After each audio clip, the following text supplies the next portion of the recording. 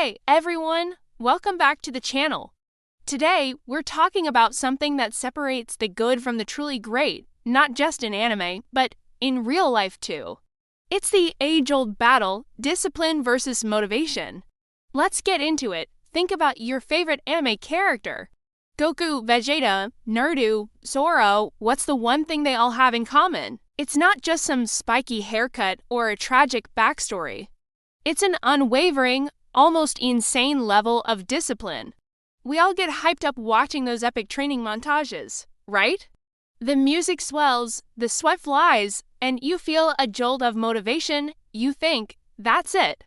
Tomorrow, I'm going to wake up at 5 a.m., run a marathon, and solve world hunger beef for breakfast. But then tomorrow comes, the alarm goes off, it's dark, it's cold, and your bed feels like a magnetic trap. That powerful motivation you felt last night? It's gone, poof, vanished, and this is the core of the problem. Motivation is a feeling, it's an emotion.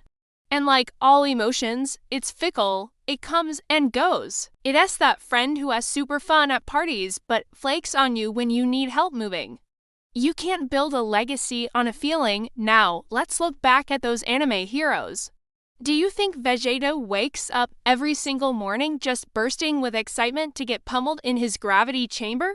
Do you think Zoro feels super motivated every single time he lifts those ridiculously heavy weights? Probably not. There are days they feel tired, beaten down, discouraged. Days they probably question everything. But they show up anyway, they train anyway. Why? Because it's not about how they feel, it's about who they are. It's about the standard they've set for themselves.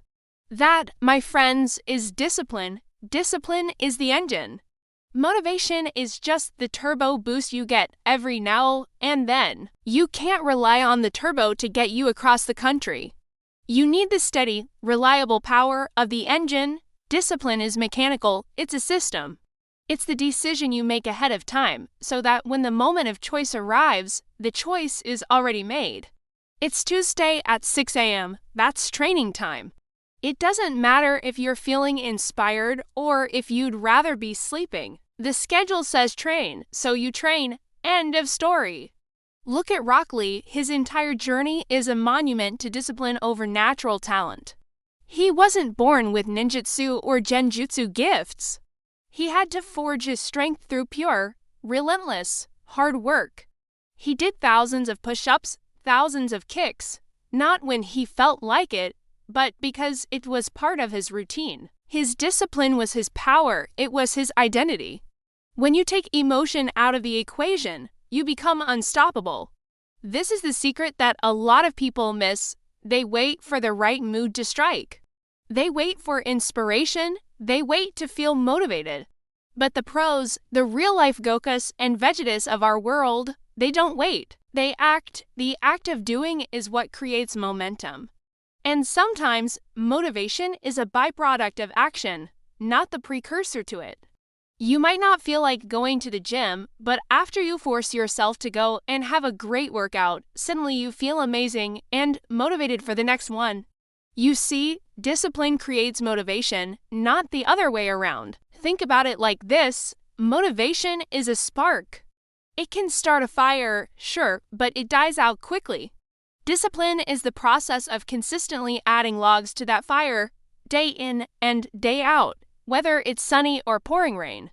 That's how you build an inferno that can't be extinguished. Your goals, your dreams, they don't care about your feelings, they care about the work you put in. So, how do we build this anime-level discipline in our own lives? Start small, don't try to become Saitama overnight. The goal isn't to never have a bad day. The goal is to show up even on the bad days, especially on the bad days. Because those are the days that count the most. Those are the days that forge your character. When you push through resistance, when you do the thing you don't want to do, you're resending a powerful message to your brain: my goals are more important than my comfort. Create a system. A schedule. Don't negotiate with yourself. When the alarm goes off, your feet hit the floor. When it's time to study, the phone goes on silent. When it's time to work on your project, you open the document. Remove the decision-making process from the moment itself. The decision was already made when you set your goal. Now, all that's left is execution. Every time you choose discipline over the fleeting comfort of procrastination, you're leveling up. You're adding another point to your discipline stat. And over time, that stat becomes so high that it's just part of who you are. It becomes second nature. You won't be the person who tries to work out. You'll be the person who works out. You won't be the person who hopes to finish their project. You'll be the person who executes and delivers. Motivation got you here to this video, looking for an answer. That's great. It served its purpose.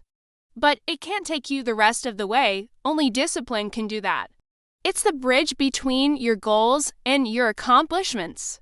So, the next time you're not feeling it, I want you to ask yourself, what would your favorite character do? Would they roll over and go back to sleep, or would they get up, grit their teeth, and get to work? You know the answer. Stop waiting to feel ready. Stop waiting for the perfect moment or the perfect mood. It's not coming. The time is now. Execute anyway.